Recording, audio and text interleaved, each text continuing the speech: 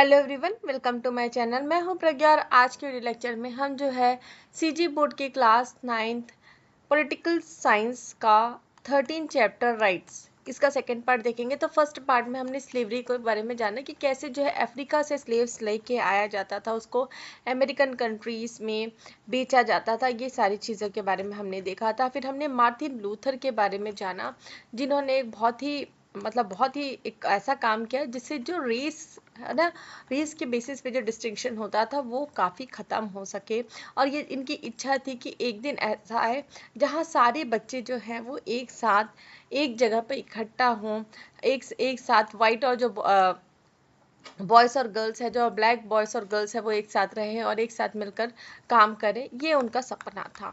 तो आगे हम देखेंगे the importance of rights in democracy. तो राइट्स अधिकार का क्या मुख्य रोल होता है, इम्पोर्टेंस क्या होता है डेमोक्रेसी में। तो डेमोक्रेसी क्या होता है ये चीज़ हम पहले से जानते आ रहे हैं। तो डेमोक्रेसी एक ऐसा गवर्नमेंट होता है जहाँ पे लोग अपने रिप्रेजेंटेटिव चूज करते हैं। The concept of right is not unique to democratic system. Other system also emphasize human rights such as right to work और right to participate in local governance. तो कंसेप्ट जो राइट्स का जो concept है, जहाँ पे हम अधिकार की बात करते हैं, ये सिर्फ और सिर्फ डेमोक्रेटिक गवर्नमेंट का ही पार्ट नहीं है, डेमोक्रेटिक सिस्टम का ही पार्ट नहीं है। अदर सिस्टम जो अदर टाइप्स ऑफ गवर्नमेंट हम देखते आ रहे हैं उसमें भी जो है ह्यूमन राइट्स को एक महत्व दिया गया है, जैसे कि काम करने की आज़ादी हो गई और जो लोकल गवर्नेंस है उसमें पार्टिसिपेट करने की आज़ादी हो गई। However, rights are an integral part of democracy because democratic government cannot be formed and cannot function without people participation. लेकिन हम ये बोल सकते हैं कि एक बहुत ही मुख्य पार्ट है डेमोक्रेसी का। जब हम डेमोक्रेसी की बात करते हैं तो इंटीग्रल पार्ट मतलब एक बहुत ही मुख्य पार्ट है डेमोक्रेसी का। क्यों? क्योंकि जो डेमोक्रेटिक गवर्नमेंट है वो लोगों से बनती है और ये जो डेमोक्रेटिक गवर्नमेंट है वो फॉर्म नहीं हो सकती, वो फंक्शन नहीं कर सकती जब तक पीपल्स का, लोगों का पार्टिसिपेशन ना हो। The basic essence of democracy is that people choose their representative, this representative work for people's interest and are accountable to them. तो जैसे कि हम जानते हैं कि डेमोक्रेसी में क्या होता है, बेसिक एसेंस क्या होता है। बेसिक एसेंस मतलब उस डेमोक्रेसी के काम करने का बेसिक तरीका क्या होता है। वहाँ पे डेमोक्रेसी में लोग अपने प्रतिनिधि चूज करते हैं, रिप्रेजेंटेटिव चूज करते हैं और ये जो रिप्रेजेंटेटिव है ये उन लोगों के लिए काम करती हैं और उनको जवाब भी देती है। अगर वो जो रिप्रेजेंटेटिव है वो अच्छे से काम नहीं कर पा रहे हैं तो उनको उस चीज़ का जवाब देना पड़ेगा लोगों को। If the common people are denied their rights and a limited number of people form government, we saw this earlier in the example of United States of America.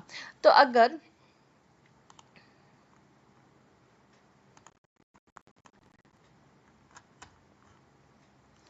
अगर जो कॉमन पीपल है उनको राइट्स नहीं मिला जाएगा, denied मतलब नकार दिया जाए, राइट्स ना दिया जाए, तो लिमिटेड लोग जो है वो गवर्नमेंट फॉर्म करेंगे और ये जो गवर्नमेंट है वो टिक नहीं सकती, चल नहीं सकती। ये हमने यूनाइटेड स्टेट्स ऑफ अमेरिका का जब कंसेप्ट पढ़ा था तो वहाँ पे हमने देखा था कि कैसे जो है ऐसी गवर्नमेंट चल नहीं पाती। If rights are not given to all people the government policies and laws become one sided and partition. और अगर जो राइट्स है वो सारे लोगों को नहीं दिया जाएगा तो जो गवर्नमेंट की पॉलिसीज है, जो गवर्नमेंट पॉलिसीज और लॉज बनाते हैं वो एक साइडेड हो जाएंगे। एक साइडेड मतलब कुछ ही लोगों के लिए के हक में काम कर रहा है गवर्नमेंट, ऐसा लगेगा और लोग जो है वो खुश नहीं हो सकते इस तरीके की गवर्नमेंट में। और ये एक पारदर्शी गवर्नमेंट का पार्ट नहीं है जो डेमोक्रेसी में बहुत ही ज़्यादा इंपॉर्टेंट है। People can not express their opinion about this laws and policies not nor do they have opportunity to change them. Also, if the citizens' rights are not protected, the government can easily oppress, exploit and manipulate the people.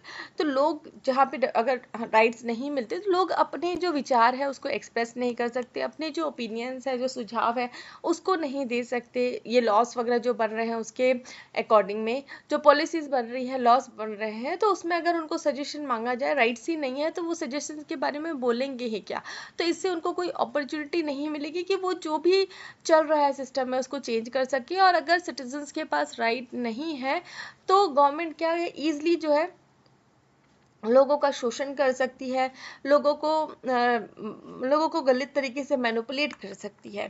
तो rights are important for all human beings, such they है Hence, there should be no discrimination on the basis of color, race, caste, religion, region or country in awarding these rights. तो rights जो है बहुत ही important parts है human beings का, और इसमें कोई भी discrimination करने के लिए, कोई भी भेदभाव, discrimination मतलब भेदभाव करने की ज़रूरत नहीं है कि कलर मतलब गोरा है, काला है, रेस है, कास्ट है, रीजन है, रिलीजन है, उसके बेसिस पे, किसी भी बेसिस पे किसी भी व्यक्ति के साथ कोई भेदभाव नहीं हो सकता. Denying rights to some people means denying them the right to progress in their life. और अगर हम लोगों के राइट्स को नकार देते हैं, उनको राइट्स नहीं प्रोवाइड करते, तो इसका मतलब क्या होता है, हम उन लोगों को अपनी लाइफ में प्रोग्रेस करने से रोक रहे हैं, आगे बढ़ने से रोक रहे हैं. Rights empowered and free individuals, they give them opportunity to be creative, innovative and original in music, dance, writing etcetera. तो राइट्स जो है, एक जो इंडिविजुअल है उसको फ्री बनाता है, स्वतंत्र बनाता है, और उसको ये आज़ादी देता है और ये मौका देता है, अपॉर्चुनिटी देता है कि वो अपनी लाइफ में क्रिएटिव इंसान बन सके, इनोवेटिव इंसान बन सके, अपने सोच को आगे बढ़ा सके, अपने नए नए आविष्कार कर सके, चाहे वो किसी भी फॉर्म में है, चाहे वो म्यूजिक के फॉर्म में हो, डांस के फॉर्म में हो, राइटिंग के फॉर्म में हो, एक्सपेरिमेंट्स करने के फॉर्म में हो. अगर राइट्स नहीं रहेगा तो वो आगे नहीं बढ़ पाएंगे. The right to education help us to progress in life. Right equip us to negotiate life with dignity and honor. तो right to education जो है, जो हर कंट्री आजकल देती ही है, तो इससे क्या होता है, हम अपनी लाइफ में प्रोग्रेस करने के लिए हमको एक रास्ता मिलता है, और राइट्स हमको अपनी लाइफ जो है नेगोशिएट, मतलब अपनी लाइफ जो है एक डिग्निटी और एक ऑनर, ठीक है, समाज में हमें एक इज्जत के साथ ज़िंदगी जीने की क्षमता देता है. They can be seen as freedom and facilities given to individual by the states to enable them to grow and develop physically, emotionally and mental. तो ये एक तरीके का हम मान सकते हैं कि गवर्नमेंट जो है वो क्या देती है, छूट देती है, ताकि कोई भी इंडिविजुअल है वो अपना लाइफ अपने तरीके से जी सके, फिजिकली भी, इमोशनली भी और मेंटली भी.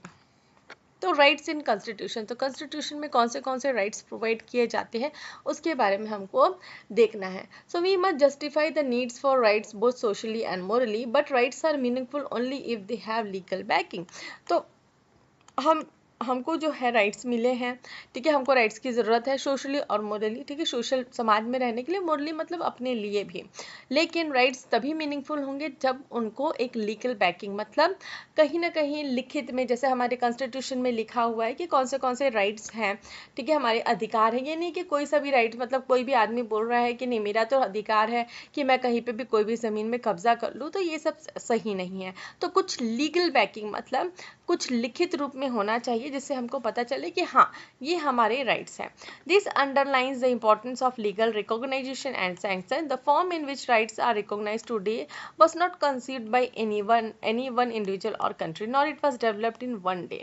तो जो कुछ लीगल रिकॉग्नाइजेशन, मतलब जैसे कि मैंने बताया लिखित डॉक्यूमेंट्स में है, गवर्नमेंट इसको सैंक्शन करता है कि हाँ ये राइट्स हम हमारी कंट्री के जो नागरिक हैं उनको देंगे. तो ये जो राइट है वो एक दिन में नहीं बना है, वो किसी पर्टिकुलर कंट्री या इंडिविजुअल को बिलोंग नहीं करता है. ये जैसे जैसे ह्यूमन डेवलप होते जा रहे थे, जैसे जैसे सोशल होते जा रहे थे, उनको पता चला कि हाँ ये होना चाहिए, ये नहीं होना चाहिए. इस तरीके से जो ये राइट्स है वो आगे बढ़ के आए. तो ये एक दिन का काम नहीं था, ये एक दिन में डेवलप नहीं हुआ है. जैसे कि मैंने बताया कि जैसे जैसे ह्यूमंस आगे बढ़ते गए, ठीक है, जैसे जैसे सोशलाइज होते गए, जैसे जैसे हम आगे बढ़ते जा रहे हैं, वैसे वैसे राइट्स में भी चेंजेस आ रहे हैं. The form and scope of rights have evolved with our evolving understanding of human needs. तो जैसे कि मैंने बताया कि ये जो राइट्स है वो धीरे धीरे, जैसे कि हमारे नीड्स हैं, हमारी जो ज़रूरतें हैं वो चेंज होते जा रही है, वैसे वैसे ह्यूमन राइट्स चेंज होते जा रहे हैं. A right is considered as right only when it has given legal status. If there is no legal sanction the people can not demand the right, not is a state bound to implement it. तो जैसे कि हम discuss करते आ रहे हैं, right जो है उसको कंसिडर राइट तभी किया जाएगा जब उसको एक लीगल स्टेटस मिलेगा, एक रिटर्न डॉक्यूमेंट में वो लिखा है गवर्नमेंट के पास में कि हाँ ये राइट्स है. अगर कोई लीगल सैंक्शन नहीं है तो पीपल, जो लोग हैं, उस डिमांड के लिए राइट नहीं कर सकते, और जो स्टेट है, जो गवर्नमेंट है, वो भी उसको इम्प्लीमेंट नहीं कर सकता. For example, Indian parliament accorded legal sanction to right to education in 2000 2 under 86th amendment to the constitution, only then this right become a fundamental right to the citizens। तो जैसे कि हमारा जो इंडियन पार्लियामेंट है उसमें 2022 में एक amendment हुआ, अमेंडमेंट मतलब चेंज हुआ, और ये कौन सा चेंज है, 86th चेंज है हमारे कॉन्स्टिट्यूशन में। और इसमें क्या दिया गया है, राइट टू एजुकेशन, मतलब 14 साल के तक के जो बच्चे हैं उनको फ्री एजुकेशन मिल सके, ये 2002 में एक लीगल राइट के तौर पे आया। तो इससे पहले कोई नहीं बोल सकता था कि हमको राइट टू एजुकेशन दो, नहीं तब, लेकिन 2000 और 2022 में ये जब राइट आया तो हाँ, हर जो बच्चा है जो 14 साल के अंदर का है सॉरी, उसको ये राइट है कि उसको एजुकेशन मिल सके, तभी ये क्या हो गया, फंडामेंटल राइट बना। उसके बाद है the Magna carta. Legal recognition of rights had a history that goes back to about 800 years। तो legal recognition, ये जो rights हैं, हम rights की बात में कर रहे हैं, ये इनको legal recognition मिलना कब चालू हुआ, 800 साल पहले। तो फर्स्ट एग्जाम्पल कहाँ पे है, 1215 में जो किंग ऑफ इंग्लैंड थे उन्होंने रिकॉग्नाइज किया चार्टर ऑफ राइट्स, उसको क्या कहा गया है, Magna carta. The king of England, उनके जो सब्जेक्ट्स हैं, उनके जो एरिस्टोक्रेटिक लैंडलॉर्ड्स थे, उनको उन्होंने कुछ राइट्स दिए इस कार्टर के थ्रू। तो prominent among them was freedom from arbitrary imprisonment. तो इनको क्या फ्रीडम, क्या राइट दिया गया कि आपको कोई जेल नहीं कर सकता, आप जो फ्यूडल ड्यूज है उनको आप ले सकते हैं, only after it is approved by council of barons. तो इस तरीके के राइट्स दिए गए, उसे मैग्ना कार्टा कहा जाता है। नेक्स्ट है अमेरिकन बिल ऑफ राइट्स, ठीक है। अमेरिकन बिल ऑफ राइट्स में इन 1776 13 colonies called themselves the United states of America declared their independence from England and adopted a new constitution. तो जैसे कि हमने पहले के चैप्टर्स में भी पढ़ा था, तो 1776 में 13 कॉलोनीज जो थी उन्होंने अपने आप को स्वतंत्र माना, और उन्होंने अपने आप को क्या बोला, यूनाइटेड स्टेट्स ऑफ अमेरिका, और उन्होंने अपने आप को इंडिपेंडेंट माना, कहाँ से, इंग्लैंड से, ठीक है। इंग्लैंड से अलग होकर उन्होंने माना कि हम एक स्वतंत्र कंट्री है, ठीक है। The constitution contain a bill of rights that legally awarded several fundamental right to the citizen, prominent among them were right to freedom, right to equality and right to property. तो ये जो इसमें जो है constitution में कुछ legal rights दिए गए, उसे क्या कहा जा रहा है, बिल ऑफ राइट्स दिए गए। और इस बिल ऑफ राइट्स में कौन से राइट्स थे, पहला था राइट टू फ्रीडम, मतलब हर व्यक्ति को आज़ादी है। उसके बाद है राइट टू इक्वलिटी, मतलब हर व्यक्ति जो है वो इक्वल है। उसके बाद राइट टू प्रॉपर्टी, हर व्यक्ति के पास अधिकार है कि वो अपनी प्रॉपर्टी पे अधिकार जमा सके। नेक्स्ट है फ्रेंच डिक्लेरेशन ऑफ राइट्स। तो फ्रेंच डिक्लेरेशन ऑफ राइट्स में क्या है, the people of France also issued a declaration of rights after the French revolution in 1789 that gave legal sanction to several rights. They included right to freedom, equality, property, protection against exploitation again, etc. तो देखिए American bill of rights में 3 ही rights थे, वैसे ही French declaration of right है, इसमें भी जो France के लोग हैं उनको एक इशू किया गया डिक्लेरेशन ऑफ राइट। जब फ्रेंच रेवोल्यूशन के बाद 1789 में जब फ्रांस आज़ाद हुआ, तब उन्होंने कुछ लीगल सैंक्शन दिए राइट का। तो इसमें कौन से राइट थे, freedom, equality, property, protection against exploitation, मतलब समाज में हमको कोई शोषित नहीं कर सकता, ये भी एक राइट में इंक्लूड किया गया। तो most of the democratic countries in the world followed France historical step legally granting many rights to their citizen. अब फ्रांस में जब ये इंपॉर्टेंट स्टेप लिया गया तो उसके बाद कई सारे जो डेमोक्रेटिक कंट्रीज आई उन्होंने अपने सिटीजन्स हैं उनको कुछ राइट्स देना चालू किया। The source of sanctioning such legal rights was generally their constitution. अब ये जो सोर्स थे जहाँ पे लीगल राइट्स की बात हो रही है, लीगली इसको सैंक्शन किया जा रहा है, मतलब एक रूल के तौर पे बनाया जा रहा है, उसको जनरली जो है एक कॉन्स्टिट्यूशन में लिखा जाता था। तो these countries included provisions for granting rights in some form और अदर इन देयर कॉन्स्टिट्यूशन।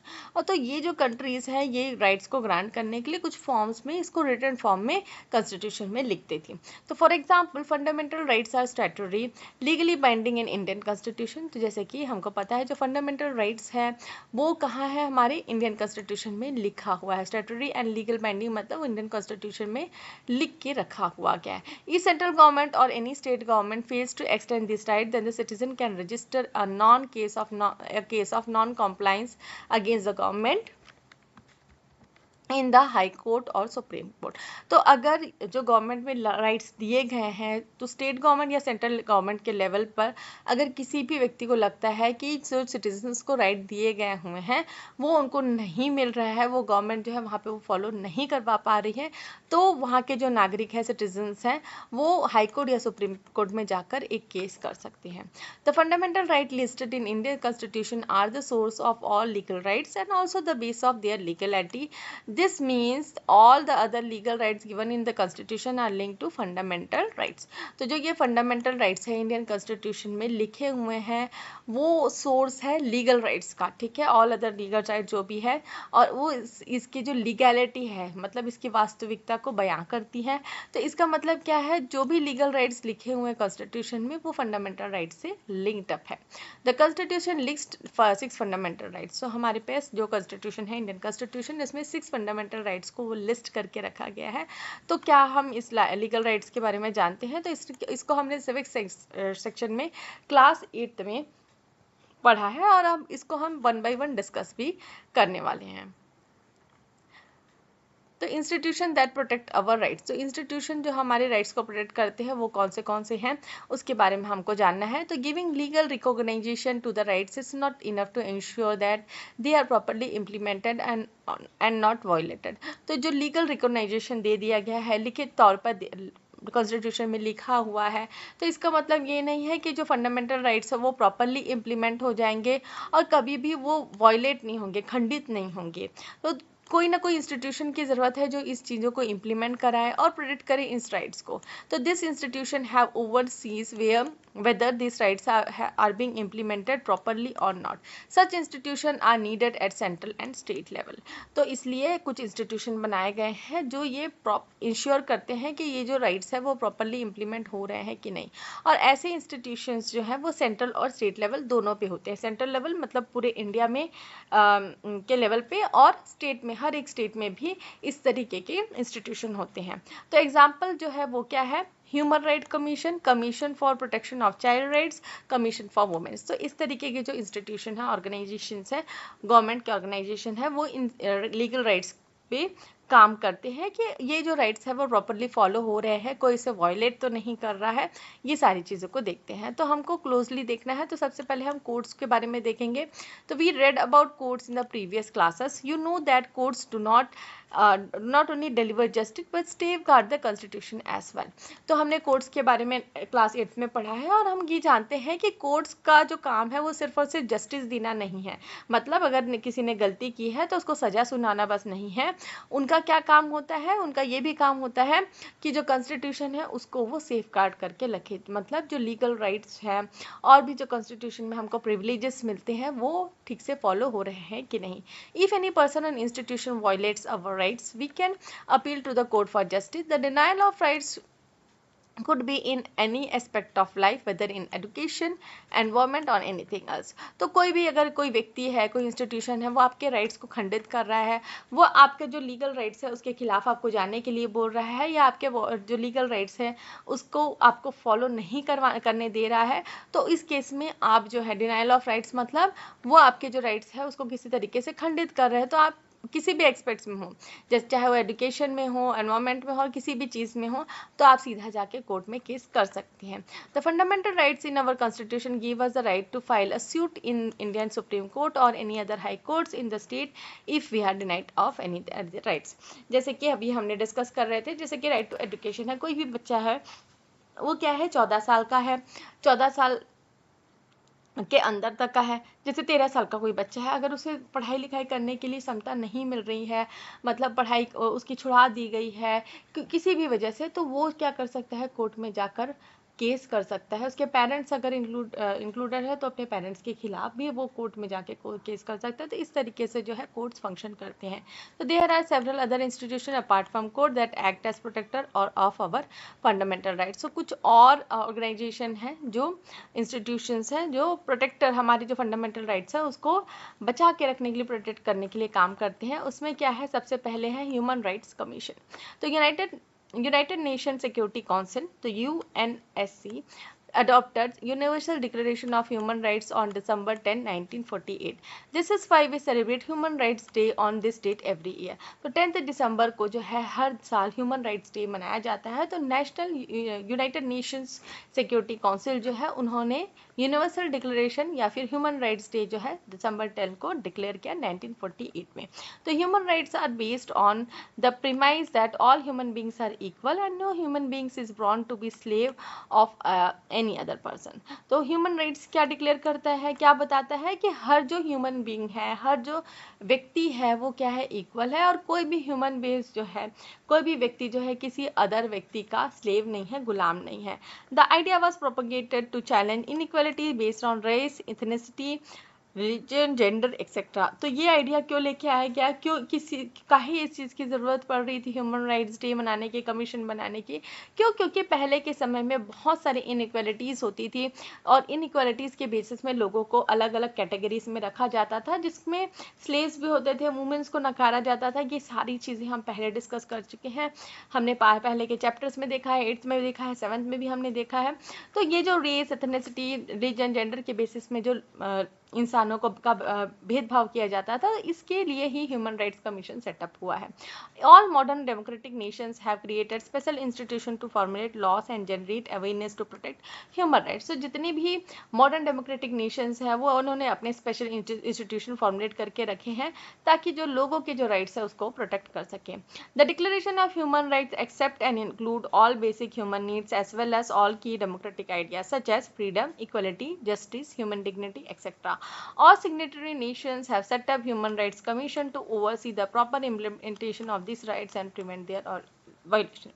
तो डिक्लेरेशन ऑफ ह्यूमन राइट्स जो है वो क्या एक्सेप्ट करता है कि जो भी बेसिक नीड्स है, ठीक है, ह्यूमन नीड्स है और जो भी की डेमोक्रेटिक आइडियल्स है जैसे कि फ्रीडम, इक्वालिटी, जस्टिस, ये सारी चीज़ें जो है ह्यूमन राइट्स के अंदर आती है। और जितने भी नेशन हैं उन्होंने ह्यूमन राइट कमीशन सेटअप करके रखे हैं ताकि जो भी इस तरीके के वॉयलेशंस ना हो, जो राइट्स है उसमें वॉयलेशन ना हो। India constitution and independent human rights commission इन 1993, और इंडिया में भी इसी तरीके का कॉन्स्टिट्यूशन है, नेशनल ह्यूमन राइट कमीशन, जो 1993 में स्टैब्लिश हुआ था। A retired chief justice is appointed to head the commission. तो कोई भी रिटायर्ड चीफ जस्टिस जो है उनको इस कमीशन का हेड बनाया जाता है। It can not penalize anyone but has authority to conduct an independent and impartial probe into any case of violation of human rights. तो यहाँ पे जो चीफ जस्टिस जो हैं जिन्हें इसका हेड बनाया जाता है, इनको अधिकार होता है कि वो किसी को सज़ा नहीं सुना सकते, लेकिन एक ट्रायल ले सकते हैं, एक प्रोब ले सकते हैं कि ये केस जो है वो क्या हो रहा है, क्यों हो रहा है, और उसमें वो suggestions दे सकते हैं। They include cases where government officials stand accused of violating or preventing the violation of human rights. तो इसमें जो केसेस है वो इंक्लूड कौन से केसेस हो सकते हैं, जैसे कि यहाँ पे बताया गया है जहाँ पे गवर्नमेंट की जो ऑफिसल्स हैं, ठीक है, उनके ऊपर आरोप रहता है कि उन्होंने कुछ वायलेशन किया है या जो राइट्स है उसको वायलेट किए हैं। द वायलेशंस कवर, और इसमें वायलेशंस में क्या क्या कवर होते हैं, जैसे कि सोशल डिस्क्रिमिनेशन। जो सोशल डिस्क्रिमिनेशन अभी हमने देखा था कि किसी भी व्यक्ति पे भेदभाव होना, जैसे उसके कलर के बेसिस में, उसके रेस के बेसिस में, या कोई बॉयकॉट करना, या फिर कोई डोमेस्टिक वायलेंस है। डोमेस्टिक वायलेंस मतलब घरेलू हिंसा। घरेलू हिंसा में क्या आता है, अगर आपके ऊपर कोई हाथ उठा रहा है, अगर वो आपके माँ बाप भी हो, ज़बरदस्ती आपके ऊपर हाथ उठाया जा रहा है, या पति पत्नी पे कोई के बीच में कोई विवाद है जिसमें आपके ऊपर हाथ उठाया जा रहा है, आपके साथ मारपीट हुई जा रही है, उसे डोमेस्टिक वायलेंस के अंदर आया जाता है। चाइल्ड अब्यूज़, जहाँ पे बच्चों का शोषण होता है, जहाँ पे बच्चों के साथ मारपीट होती है, या बच्चों को ऐसा एनवायरनमेंट दिया जाता है जो उनके अनुकूल ना हो। और बहुत सारे वायलेंसेस है, जैसे कि चाइल्ड मैरिज हो गया, जो हो गया, डॉवरी हो गया, कोई हरासमेंट हो गया, अब्यूज़ ऑफ प्रिजनर्स हो गया, जो प्रिजनर्स हैं उनके साथ कुछ गलत काम हो गया, चाइल्ड लेबर हो गया, बॉन्डेड लेबर हो गया, pollution, revenue, human trafficking etcetera. तो बहुत सारी चीज़ें हैं। Like any court, the commission can issue summons to eyewitness to appear before it and question any government official and demand any government document.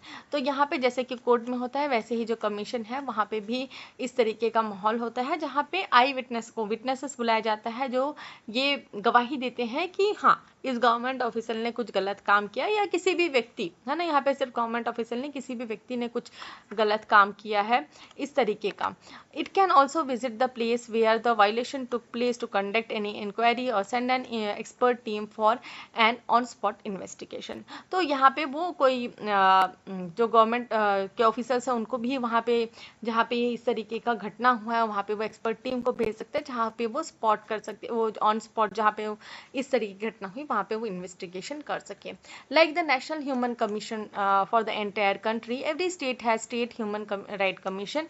The state government appoints a member of their state level body. It has chairperson, the retired judge of high court and 7 members and serves a term of 5 years. जैसे कि national right human rights commission है, वैसे ही state human right commission होता है। और state human right commission का head कौन होता है? कोई रिटायर्ड जज हाई कोर्ट का। और इसमें 7 मेंबर्स होते हैं और 7 मेंबर्स कितने साल के लिए काम करते हैं?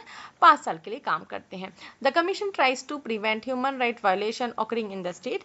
For example, in Chhattisgarh the state human right commission has 1121 cases of human right violation on its register on December 10, 2014। तो कमीशन जो है ये ट्राई करता है कि जो ह्यूमन राइट्स हैं वो वायलेट ना हों उनके स्टेट में। जैसे कि छत्तीसगढ़ में जो स्टेट ह्यूमन राइट कमीशन है वहाँ पे कितने केसेस हैं? 1121 केसेस हैं जहाँ पे ह्यूमन राइट जो है उसको वायलेट किया गया है और ये रजिस्टर हुए हैं ऑन December 10, 2014। और इसमें से 1090 जो पीपल हैं उनको जस्टिस मिल गया है और 730 केस जो है उनकी इन्वेस्टिगेशन जारी है।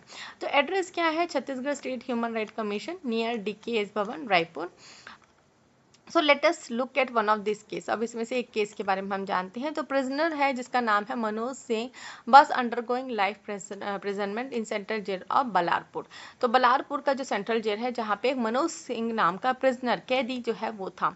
ही वॉज सफरिंग फॉर हर्निया। अब ये जो है इसको हर्निया हो गया, but he could not be taken to for treatment because no guard was available to escort him.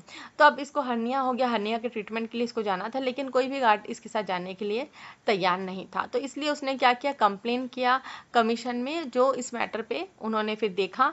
तो कमीशन ने इंस्ट्रक्ट किया जो जेल सुपरिंटेंडेंट थे बिलासपुर के कि आप अरेंज करें कोई जो है प्रिजनर के साथ जाए और रायपुर मेडिकल कॉलेज में इनका ट्रीटमेंट हो। तो राइट टू इंफॉर्मेशन कमीशन, तो राइट टू इंफॉर्मेशन कमीशन के बारे में हमको आगे देखना है। तो आगे का पार्ट जो है हम नेक्स्ट वीडियो लेक्चर में कवर करेंगे क्योंकि ये लंबा है। और मैं आशा करती हूँ कि इतना आपको समझ में आया। इतना आपको समझ में आया तो वीडियो को लाइक शेयर करें, कमेंट करके बताएं कि वीडियो कैसा लगा।